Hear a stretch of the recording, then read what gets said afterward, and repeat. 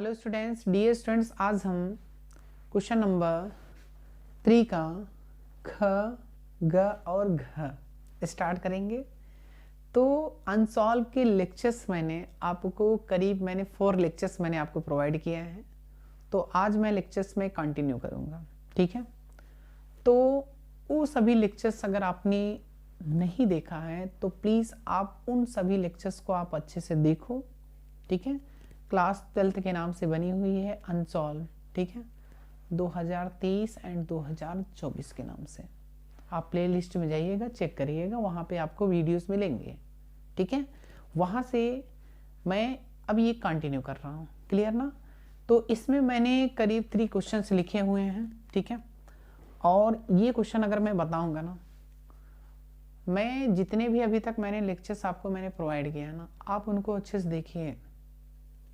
अगर आपने मैथ्स अभी तक अगर नहीं पढ़ा होगा ना, कुछ भी नहीं पढ़ा है, उन लेक्चर से आपको अच्छे से समझ में आएगा।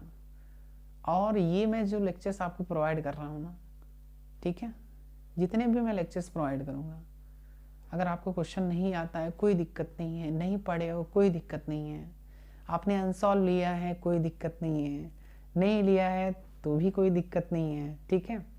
बट मैं यहाँ पे मैं क्वेश्चंस लिखूँगा और एक एक क्वेश्चन मैं आपको अच्छे से बताऊंगा, ठीक है। लेकिन आपको क्या करना पड़ेगा, हमारे वीडियोस को लाइक करना पड़ेगा, शेयर करना पड़ेगा और हमारे चैनल्स को सब्सक्राइब करना पड़ेगा, ठीक है। तो डियर स्टूडेंट्स, अगर आप हमारे चैनल्स पे नए हैं तो please please please like, subscribe and share ज़रूर करें। तो चलिए आज का लेक्चर्स हम कंटिन्यू करते हैं, ठीक है। तो डियर स्टूडेंट्स, मैंने इसमें जो मैंने क्वेश्चंस लिखे हुए हैं ना, इनको आप अच्छे से पढ़िए। कोई भी क्वेश्चन अगर आपको सॉल्व करना हो ना तो उनको अच्छे से पढ़िए। अगर आपको पता है मेथड तो मैं आपको सिखा रहा हूँ, ठीक है, इसीलिए तो मैंने क्वेश्चंस लिखे हुए हैं। अब देखिए इन क्वेश्चन को सॉल्व कैसे करेंगे। देखिए इसमें पी की वैल्यू आपको फाइंड करना है। आपके पास में 2 रेखाएं दी हुई हैं, आपके पास में एक रेखा ये है और दूसरी रेखा ये है। उसने बोला कि परस्पर लंबवत है। अब आपने क्या पढ़ा है क्या नहीं पढ़ा है, थोड़ा बहुत तो आपको पता होना चाहिए। नहीं पता होगा कोई दिक्कत नहीं है, मैं आपको सिखाऊंगा ना। आपके पास में रेखाएं कितनी दी हुई ये बताओ। सबसे पहले मैं सॉल्यूशन लिखूं, ठीक है सर, लिखो, देखिएगा ध्यान से बेटा। मैं सॉल्यूशन कर रहा हूं, ठीक है। दिया है आपके पास में, दिया क्या है, आपके पास में 2 रेखाएं दी हुई हैं। हमारे पास में पहली रेखा क्या है, देखिएगा ध्यान से, मैं इधर लिख रहा हूं, ठीक है, थोड़ा सा स्पेस मिलेगा। 1 - x है, फिर क्या है अपॉन 3 है, इक्वल टू हमारे पास में क्या है स्टूडेंट्स, 7y - 14, 7y - 14 अपॉन कितना हमारे पास में है 2p है, कोई दिक्कत नहीं है। इक्वल टू हमारे पास में क्या है z - 3 है अपॉन हमारे पास में क्या है 2 है। ये मैंने क्वेश्चंस लिख रखा है ना। इसमें देखिए मैंने एक रेखा लिखा है। अब मुझे इसको कन्वर्ट करना पड़ेगा। कैसे कन्वर्ट करना पड़ेगा, सबसे इंपॉर्टेंट बात, हमारे पास ये जो x है ना इधर करना पड़ेगा। अगर ये y है तो y का गुणांक 1 होना चाहिए, x का गुणांक 1 होना चाहिए एंड z का गुणांक भी क्या होना चाहिए, 1 होना चाहिए। पहली चीज इंपॉर्टेंट बात क्या मैंने बताया, x, y और z सीक्वेंस में होने चाहिए। अभी मैं फॉर्मूले लिखूंगा, आप परेशान मत होइए। और मैंने क्या बताया दूसरी चीज, x, y and z sequence होने चाहिए। सेकंड मैंने क्या बताया कि सर x का गुणांक क्या होना चाहिए, 1 होना चाहिए। y का गुणांक कितना होना चाहिए, 1 होना चाहिए। z का गुणांक कितना होना चाहिए, 1 होना चाहिए। अगर ये सारे 1 1 हो गए ना तो वो जो कंडीशन मैं लिखूंगा ना उसमें वो सेटिस्फाई हो जाएगा। मैं वहां से मैं वैल्यू निकालूंगा, ठीक है। देखिएगा हमारे पास में यहाँ पे मैंने जो लिखा है, मैं इसमें क्या करूंगा स्टूडेंट, देखिएगा यहाँ पे मैं इसमें क्या कर रहा हूँ, मैं इसमें माइनस कॉमन लूंगा, ठीक है। तो हमारे पास में x - 1 होगा, ठीक है सर, कोई दिक्कत नहीं है। यहाँ अपॉन 3 होगा, यहाँ पे देखिए मैंने माइनस, ये प्लस होगा, ये माइनस हो जाएगा। इतना क्लियर है ना, ठीक है सर। यहाँ पे देखो, यहाँ पे मैं 7 कॉमन निकालूंगा तो हमारे पास में y - 2 मिल जाएगा। अपॉन हमारे पास में क्या होगा 2p है, अपॉन हमारे पास में क्या है 2p। इसके बाद देखो यहाँ पे तो z का गुणांक ऑलरेडी 1 ही है, तो इसको छूना नहीं है, टच भी नहीं करना है इसको, ठीक है। क्यों, क्योंकि इसका कोफिशिएंट तो 1 है, चेक कर लो। अब इसको, ये माइनस है ना, इसको नीचे लाओ, ठीक है। x माइनस 1 अपॉन कितना 3 इक्वल टू हमारे पास में क्या मिलेगा, y माइनस का 2 अपॉन हमारे पास में 2p अपॉन 7। ये समझ में आया कि नहीं? ये जो 7 है ना, मैं इसको नीचे ला रहा हूँ। क्यों ला रहा हूँ अभी आपको मिलेगा, थोड़ा सा वेट करो, ठीक है। अब हमारे पास में क्या होगा, z माइनस 3 अपॉन कितना 2, ठीक है। अब यहाँ पे हमारे पास में, चलो ठीक है, यहाँ से मैं इक्वेशन इसको लेट करता हूँ 1। अब इसमें देखिए मैं यहाँ पे लिखने वाला क्या हूँ, ध्यान से देखिएगा। हमारे पास में सर इसका फॉर्मेट होता है x माइनस x1 अपॉन हमारे पास में a1, x minus x1 upon a1, y minus y1 upon कितना, y1 अपॉन b1। अगर ये चेंज है तो ये भी चेंज होगा, ठीक है। यहाँ पे z माइनस z1 अपॉन, अब बता दो जल्दी से, c1। तो हमारे पास में ये जो दोनों रेखाएं दी हुई है ना, इसको इस फॉर्मेट में कन्वर्ट करना पड़ेगा। और यहाँ से a1, b1 एंड c1, ठीक है, ये सभी आपके पास में क्या है, दिक अनुपात हैं, ठीक है। तो मुझे क्या चाहिए, a1, b1 एंड c1 चाहिए बस, और कुछ नहीं चाहिए इसमें, ठीक है। अगर ऐसे दो रेखाएं दिया होगा हमारे पास में, ये एक रेखा है और दूसरी रेखा ये है, और तीनों देख लो इक्वल टू में लिखा है ना, एक हमारे पास में x के फॉर्मेट में है, दूसरा y के और दूसरा z के फॉर्म में। ऐसे आप पहचान लोगे या नहीं पहचान पाओगे, पहचान लोगे ना। ऐसे भी ये देख लीजिए क्वेश्चन दिए हैं, अगर आपने नहीं पढ़ा है ना बेटा, तो आप क्वेश्चन को पहचानिए, क्वेश्चन का फॉर्मेट क्या है, ठीक है। नहीं तो अनसॉल्व के क्वेश्चन समझ में नहीं आएंगे। और यही मैं क्वेश्चन ज़्यादा से ज़्यादा मैं 1 मिनट लेता हूँ, मैं इस क्वेश्चन को मैं बता देता हूँ। अगर ये क्वेश्चन आप अच्छे से सीख जाओगे ना, ऐसे अगर अनसॉल्व में कई क्वेश्चन अगर आपको मिल रहे हैं ना, तो आप अच्छे से इसको सॉल्व कर सकते हो, खुद कर लोगे। मैंने आपको क्या बोला कि सर अगर आपके पास में अगर ऐसे सीक्वेंस बन रहे हैं, एक्स वाई जेड का फॉर्मेट मिल रहा है, आपके पास में कोई भी लाइंस दी हुई हैं, तो उसमें मैं x and y and z का मैं कोफिशिएंट कितना बनाऊंगा, 1 बनाऊंगा, ठीक है। ये देखो मैंने 1 बना लिया, एक्स का भी 1, वाई का भी और जेड का भी मैंने बनाया।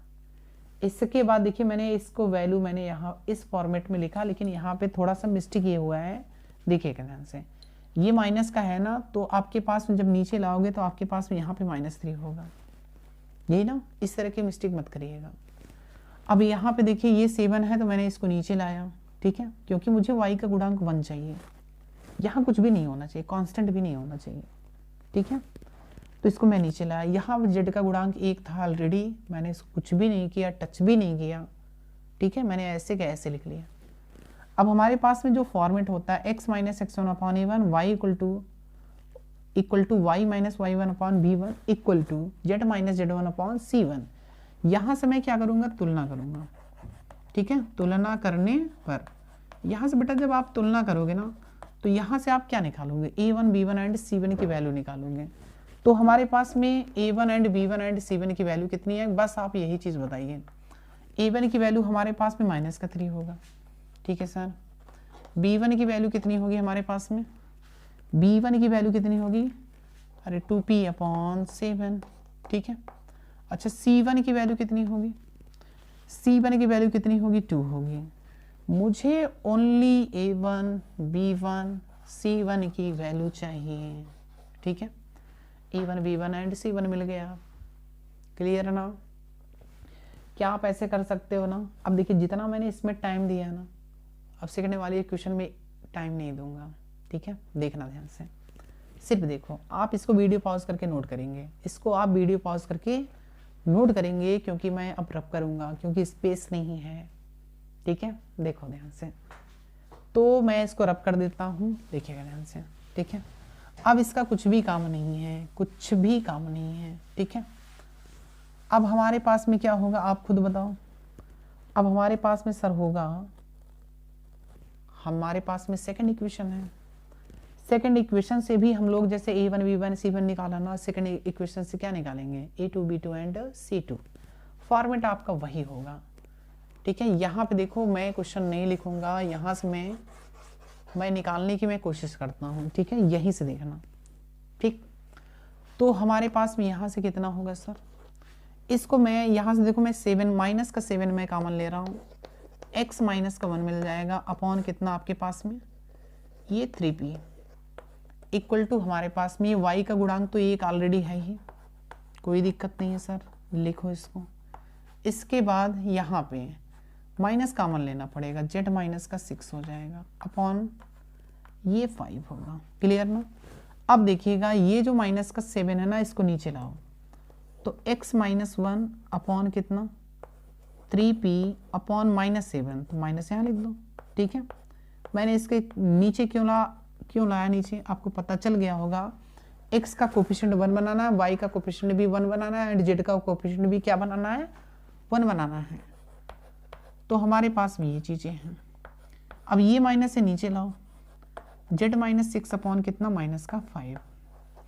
अब मैं कंपेयर करूंगा किससे, अभी मैं फॉर्मूला लिखा था, कौन सा formula sir, x minus x1 था ना, तो यहाँ पे x माइनस x2 चलेगा, अब यहाँ पे a2 आएगा, ठीक है, क्लियर ना। फिर y माइनस y2 चलेगा अपॉन कितना b2, यहाँ पे क्या होगा z माइनस z2 अपॉन कितना होगा c2। कंपेयर करो कंपेयर करो कंपेयर कंपेयर, तो a2 की वैल्यू बोल दो, जल्दी से बोलो, a2 की वैल्यू कितना माइनस का 3p अपॉन 7। b2 की वैल्यू बोल दो सर, b2 की वैल्यू हमारे पास में 1 है सर। c2 की वैल्यू बोल दो, c2 की वैल्यू कितनी है माइनस का 5, माइनस का 5 मैंने लिख दिया, ठीक है। तो ये हमारे पास में क्या हो गया वैल्यूज, a1 निकाला, b1 निकाला, c1 निकाला, a2 निकाला, b2 निकाला एंड c2 निकाला, यही ना फाइंड मैंने कर लिया। अब हमारे पास में देखो मैं आपको एक कंडीशंस बताता हूँ, आपने पढ़े होंगे हमारे पास में जो दो वेक्टर्स होते हैं वो परस्पर लंबवत कब होते हैं, आप ये बताइए। जब हमारे पास में vector a dot vector b equal to क्या होता है 0 होता है। तो यहाँ पे क्वेश्चन में साफ साफ लिखा है आपके पास में जो दो रेखाएं हो क्या है परस्पर लंबवत हैं। तो आपने ये अच्छे से सीखा होगा, vector a dot vector b equal to कितना 0। अब इसमें मैं इसकी देखिए मैं इसको डिफाइन कर रहा हूँ, हमारे पास में जहाँ होता है सर, देखिएगा ध्यान से, मैं आपको हर एक चीज़ बता रहा हूँ। मैं यहाँ पे लिख सकता हूँ a1 i cap plus b1 j cap plus c1 k cap, ऐसे मैं वेक्टर b लेट कर सकता हूँ, ठीक है।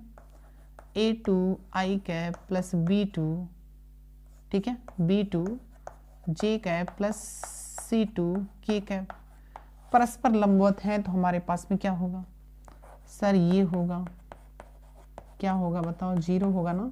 देखो a1 इंटू a2, i का i से डॉट जब निकालते हैं तो उसकी वैल्यू 1 होती है, ठीक है।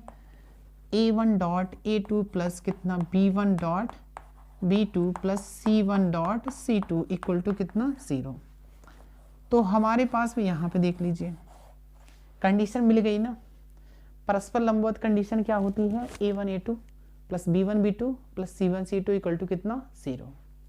अब इसी में वैल्यू रख दीजिए और p की वैल्यू फाइंड कर लीजिए। देखिए हमारे पास में, मैं इसको रब करता हूँ, आप वीडियो पॉज करके नोट करिएगा। अब यहाँ पे कुछ भी नहीं है, हमें इसमें p की वैल्यू निकालना था, ठीक है। अब हमारे पास में देख लीजिए, इसको रहने दें, नहीं तो क्वेश्चन कहाँ से होगा, ठीक है, बहुत मेहनत हो गया इस क्वेश्चन में, ठीक। तो ऐसे क्वेश्चन स्टूडेंट्स आप खुद कर सकते हो। अब बताइए आपको अनसॉल्व जो मैं करा रहा हूँ ना, आपको सिंपल लगेगा, अगर आपने पढ़ा भी नहीं ना तब भी आपको समझ में आएगा, आप परेशान मत होइए, ठीक है। तो हमारे पास में क्या है सर, a1 a2 प्लस कितना b1 b2 प्लस कितना c1 into c2 equal to हमारे पास में 0। तो हम इसकी वैल्यू रख देते हैं, a1 की वैल्यू माइनस का 3 एंड a2 की वैल्यू कितनी है माइनस का 3p अपॉन कितना 7, ठीक है, प्लस b1 की वैल्यू कितनी है, b1 की वैल्यू कितनी है 2p 2p अपॉन 7, ठीक है। b2 की वैल्यू कितनी है 1 है, ठीक है। c1 की वैल्यू कितनी है, c1 की वैल्यू 2 है। c2 की वैल्यू कितनी है -5 है, इक्वल टू हमारे पास में 0। तो मैंने क्या किया, a1 a2 b1 b2 and c1 c2 की वैल्यू मैंने पुट कर दी। अब आपको क्या करना है, p की वैल्यू निकालना है।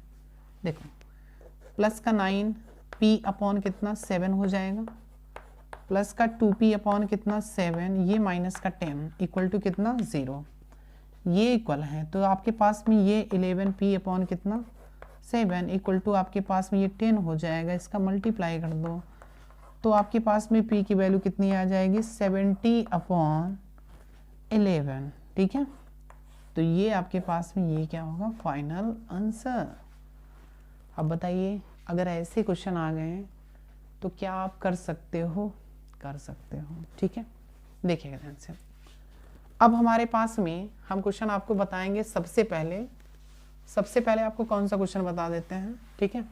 आपको 3 का ख बताएंगे क्योंकि इसमें ज़्यादा टाइम नहीं लगेगा, ठीक है। वो सिंपल क्वेश्चन है, आप कर सकते हो। देखिएगा ध्यान से। हमारे पास में 3 का ख। अब यहाँ पे देखिएगा, यहाँ पे हमारे पास में क्या है, लेट कर लूँगा। हमारे पास में 2 वेक्टर हैं, vector A equal to 2i minus का j और प्लस का 2k, यही ना। अब हमारे पास में वेक्टर b क्या है, ये है 3i कैप प्लस 3j और प्लस का 4k, यही ना। तो हम यहाँ से क्या करेंगे, मॉड निकालेंगे। अभी मैं आपको बताऊंगा मॉड कैसे निकालते हैं। देखिएगा ध्यान से, आपने पढ़ा भी होगा, नहीं पढ़ा है देखो। i के गुणांक का वर्ग करते हैं यानी 2 का स्क्वायर, फिर j के गुणांक का वर्ग करते हैं यानी -1 का स्क्वायर, प्लस इसके बाद 2 के मतलब k के गुणांक का वर्ग करते हैं। तो आपके पास में ये कितना आ जाएगा, ये आपके पास में 4 होगा, प्लस का 1 होगा, 4 होगा, यानी इक्वल टू आपके पास में 9। इसका वर्गमूल निकालेंगे तो आपके पास में 3 आ जाएगा। ऐसे ही हम लोग मॉड b निकाल लेंगे, मॉड b निकालेंगे यानी मॉड ऑफ वेक्टर b, ठीक है। 3 के गुणांक i के गुणांक का वर्ग यानी 3 का स्क्वायर प्लस 3 का स्क्वायर और प्लस 4 का स्क्वायर।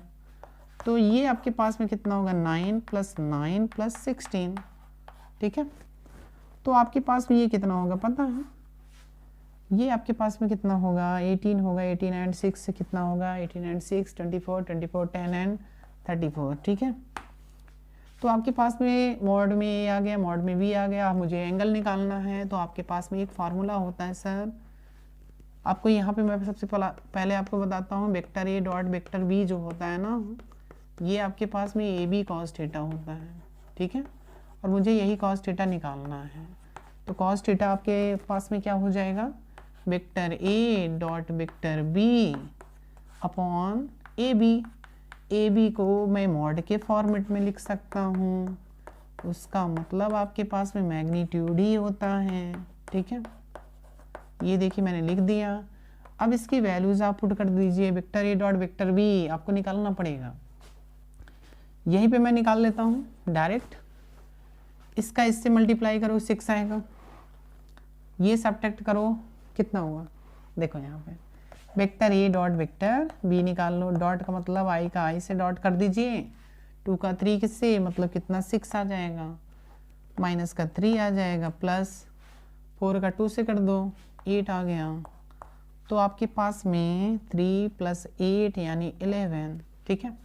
तो ये आपके पास में 11 आ गया। इसके बाद मॉड की वैल्यू कितनी है आपके पास में 3 है, इसकी वैल्यू 34 है। तो ये आपके पास में कॉस थीटा, तो थीटा बराबर भैया बोल दो कॉस इनवर्स 11/3 अंडर रूट में 34। क्लियर, ये समझ में आया कि नहीं। तो आप सबसे पहले आप वीडियोस पॉज करके क्या करेंगे, नोट करेंगे, ठीक है। सबसे पहले नोट करो, ठीक। अब मैं रफ करूँगा, क्लियर ना। देखिएगा ध्यान से, इधर मैं रफ करता हूँ, क्लियर ना। ओ सॉरी, कोई दिक्कत नहीं है, क्वेश्चन तो रफ नहीं हुए ना। देखिएगा ध्यान से, हमारे पास में स्टूडेंट्स, हमारे पास में ये क्वेश्चन बचता है, इनको हम अच्छे से समझते हैं, ठीक है। देखिएगा ध्यान से, हमारे पास में ये क्वेश्चन है, ठीक। और ये देखिए, ये जो मैं क्वेश्चन बता रहा हूँ ना, इसको आप अच्छे से देखना, क्योंकि एग्ज़ाम में 100% आएगा, 100%, ठीक। इसको कोई रोक नहीं सकता है। और ये क्वेश्चन तो आपके पास में यहाँ पे 2 मार्क्स का है ना। यही कंसेप्ट एक क्वेश्चन का सीखो, 8 मार्क्स आपको दिलाएगा, ये फिक्स है। आप अनसॉल्व उठा के देख लेना इस तरह के क्वेश्चंस, देखिएगा ध्यान से। हमारे पास में सर देखिए, मैं इधर रफ कर देता हूँ। आपके पास में ये चीज़ें हैं, ठीक है। आपके पास में और अवरोध दिया हुआ है।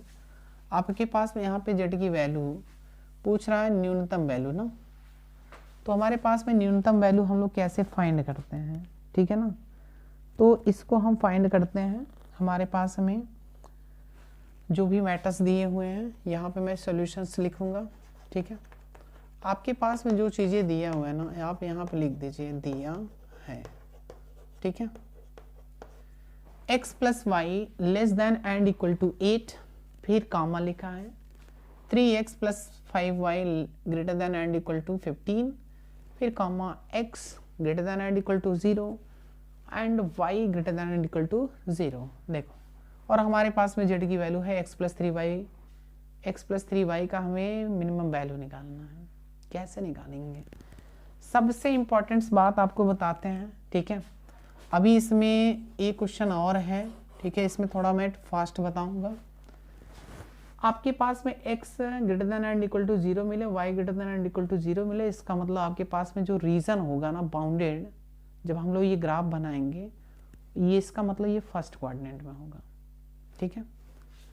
आपको मैं अच्छे से सिखाऊंगा इसको, ये फर्स्ट में बनेगा, ये क्लियर होना चाहिए। इसका कैसे ग्राफ बनता है, ठीक है, इसका कैसे ग्राफ बनता है वो भी मैं अच्छे से सिखाऊंगा, ठीक है। एक अगर मैं वीडियोस बनाऊंगा ना, इसमें 8 मार्क्स वाले में ध्यान देना, 8 मार्क्स का मैं जब मैं क्वेश्चन कराऊंगा ना, उसमें मैं इसको विधिवत बताऊंगा। थोड़ा सा मैं यहाँ फास्ट चलूंगा, ठीक है। देखिएगा, हमारे पास में सबसे पहले जितने भी रैखिका समीकरण दिए हुए हैं, जितनी भी रैखिका समीकरण दी हुई हैं, इसको आप एक समीकरण के फॉर्म में लिखना पड़ेगा। मतलब ये जो इनइक्वालिटी है ना, आप इसको हटा दो। पहली चीज, जितनी भी इनइक्वालिटी है आप इसको हटा दो। हट गया, ठीक है, कोई दिक्कत नहीं है। अब इसको आपको ग्राफ में प्लॉट करना तो आना ही चाहिए। अब इस तरह के आपने क्लास 10th में खूब ग्राफ पढ़े होंगे, पढ़ा होगा ना, लीनियर इक्वेशंस ऑफ 2 वेरिएबल, 2 चरों वाले रैखिक समीकरण, ठीक है। तो कैसे बनाते थे सर, एक हम लोग ग्राफ खींच लेते थे, ऐसे खींचते थे ना, देखना, ऐसे खींचते थे ना, ऐसे खींचते थे, ठीक है सर। ये होता था x और ये होता था x', ये होता था y और ये होता था y' और ये होता था मूल बिंदु। अब हमारे पास में यहाँ पे देखना ध्यान से, मैं इसके लिए मैं काम कर रहा हूँ। इसके लिए मैं यहाँ पे मैं क्या बनाऊंगा, टेबल। यहाँ ऐसे बॉक्स बनाते थे ना, याद आया कुछ, x y लिखेंगे।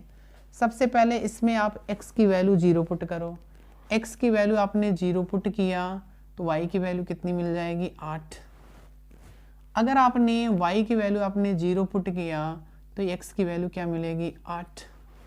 तो आपके पास में ये पॉइंट्स आ गए हैं, ठीक है, आपके पास में ये पॉइंट्स आ गए हैं।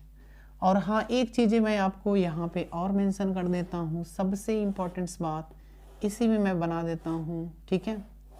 देखिएगा, अब ये हमारे पास में 8,0 है, तो ये कौन सा समीकरण है, ये है। तो इसमें कौन सा सिंबल है, << का सिंबल है। वो चीज़ें आप यहाँ पे लिख दो, अभी मैं बताऊंगा। यहाँ एक कॉलम और बनाया हुआ है। इसके बाद 0,8, अच्छा इसका भी सिंबल लिखना पड़ेगा। इसका आपके पास में क्या है सिंबल, ठीक है। आपके पास में देखिए x + y <= 8 है ना। अच्छा, इसके लिए काम होगा फिर, ठीक है। इसके लिए हम लोग इतना ही करेंगे, ट्रू फॉल्स चेक करेंगे इसमें, ठीक है। तो हमारे पास में देखिए, अब हम यहाँ पे सेकंड बना लेते हैं, ठीक है। सेकंड आपके पास इसी जस्ट सामने ही है, तो यहाँ भी वही चीज़ लिखना पड़ेगा, ठीक है। यहाँ भी वही चीज़ लिखना पड़ेगा। x मैंने ले, थोड़ा मैं फास्ट कर रहा हूँ, ठीक है, क्योंकि वीडियोस क्या होगा, लंबा हो जाएगा, ठीक है। तो यहाँ पे आप क्या करेंगे, x की वैल्यूज़ आप पहले 0 पुट करो, ठीक है सर, ये x की वैल्यू मैंने 0 पुट किया। तो 0 आपने जब पुट किया तो 5 का 15 में डिवाइड होगा तो y की वैल्यू 3 आ जाएगी। इसके बाद y की वैल्यू आप 0 पुट करिए तो आपके पास x की वैल्यू 5 आ जाएगी। क्लियर। अब इसमें इनइक्वालिटी क्या है, इसमें इनइक्वालिटीज़ क्या हैं, अब इसमें इनइक्वालिटी है सर ये चीज़ है greater than and equal to, और यहाँ पे मैं आपको बताऊंगा क्या करना है अभी, ठीक है। ग्राफ खींचो, ग्राफ आपके पास में क्या है, पहले x plus y equal to 8 का ग्राफ खींचो। तो यहाँ पे जो पॉइंट आएगा 8, 0, 0, 8, तो मैं यहाँ पे जनरली बना देता हूँ, देखिएगा 1, इसको लेट करता हूँ 2, 3, 4, 5, 6, 7, 8, 1, 2, 3, 4, 5, 6, 7, 8। तो हमारे पास में देखिए ग्राफ ऐसे जाएगा, ये देखो ग्राफ गया ना। तो ये आपके पास में क्या होगा, 0, 8 होगा, और ये क्या होगा 8, 0 होगा, ठीक है।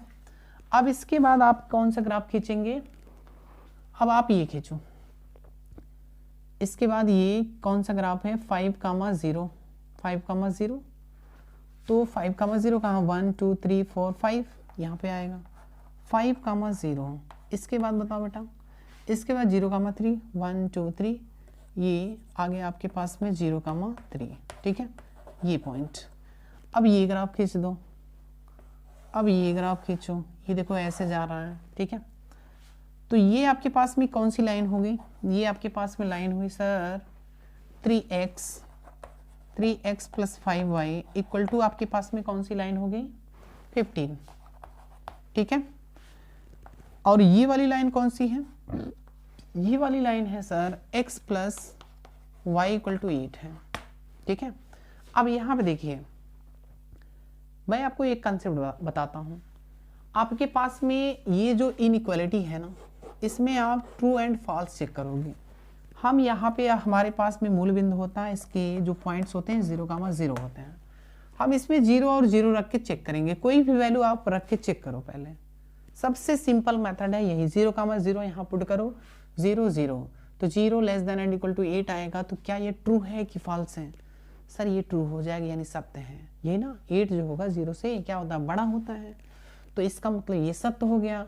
इसका मतलब x प्लस वाई की जो लाइन है, ये वाली लाइन, इसका जो होगा अगर ट्रू होगा तो ये आपके पास में किधर होगा, ये सेंटर की तरफ होगा, ठीक है। ये देखिए मैं सेंटर की तरफ मैं खींच रहा हूँ लाइन, ठीक है। अब देखिए यहाँ पे अच्छे से देखिएगा इसको, ठीक है, ये हमारे पास में लाइन हो गई। इसके बाद देखिएगा, अब हमारे पास में यहाँ पे इसमें 0 और 0 रखो तो ये तो फॉल्स हो जाएगा। अब ये फॉल्स हुआ तो ये वाली जो लाइन है 3x प्लस 5 इक्वल टू 15 है, तो ये किधर जाएगा लाइन, ये जाएगा, मतलब ये जो लाइन है मूल बिंदु की तरफ नहीं होगा, मूल बिंदु से बाहर की ओर होगा, ठीक है। तो आप ये बताओ इसमें कॉमन रीजन कौन सा जा रहा है, जो आपके पास में एक कॉमन रीजन होगा उसी का हम लोग क्या निकाल लेंगे, जो हमारे पास में कॉर्नर पॉइंट्स मिलेंगे हम उसमें z की वैल्यू हम लोग पुट करके चेक करेंगे वहाँ से, ठीक है। देखिएगा तो हमारे पास में ये कॉर्नर, देखिए इसमें आपके पास में ये कॉमन रीजन कौन से हुए, तो ये आपके पास में देख लीजिए ये कॉमन रीजन हो जाएगा, आप इसको चेक कर सकते हो, ठीक है। ये आपके पास में क्या हो जाएगा स्टूडेंट्स, कॉमन रीजन, ठीक, ये देख लीजिए। तो ये आपके पास में क्या होगा, ये कॉमन रीजन हो जाएगा।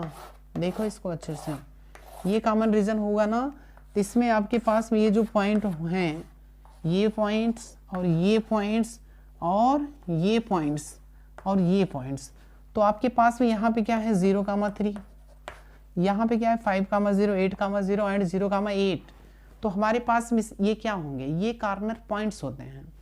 अब इन्हीं पॉइंट्स पे हम लोग क्या करेंगे, चेक करेंगे z की वैल्यू।